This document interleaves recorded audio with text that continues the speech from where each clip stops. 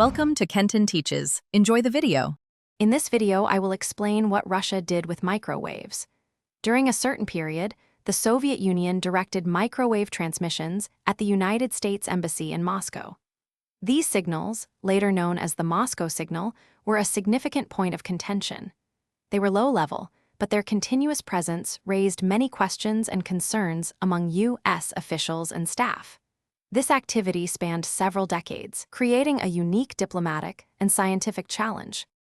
The Moscow signal involved microwave transmissions directed at the U.S. Embassy from a nearby apartment building, approximately 100 meters away. These signals typically ranged between 2.5 and 4 gigahertz. The beams specifically targeted the east side of the embassy building, with the highest intensities concentrated on floors 3 through 8.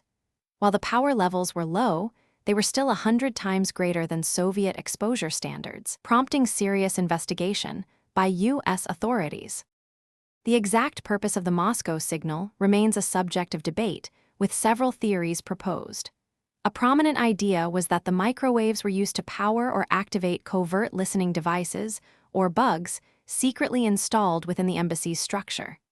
Another theory suggested the signals aimed to disrupt U.S. electronic intelligence gathering or jam-sensitive equipment.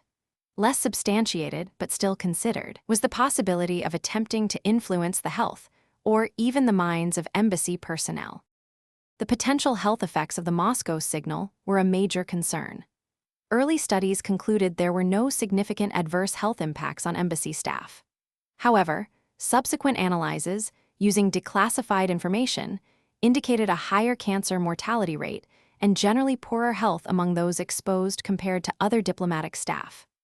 Many individuals reported symptoms such as severe headaches, difficulty concentrating, and persistent fatigue, leading to ongoing discussions about the long-term implications of such prolonged microwave exposure. Thanks for watching. Please subscribe if this video was helpful.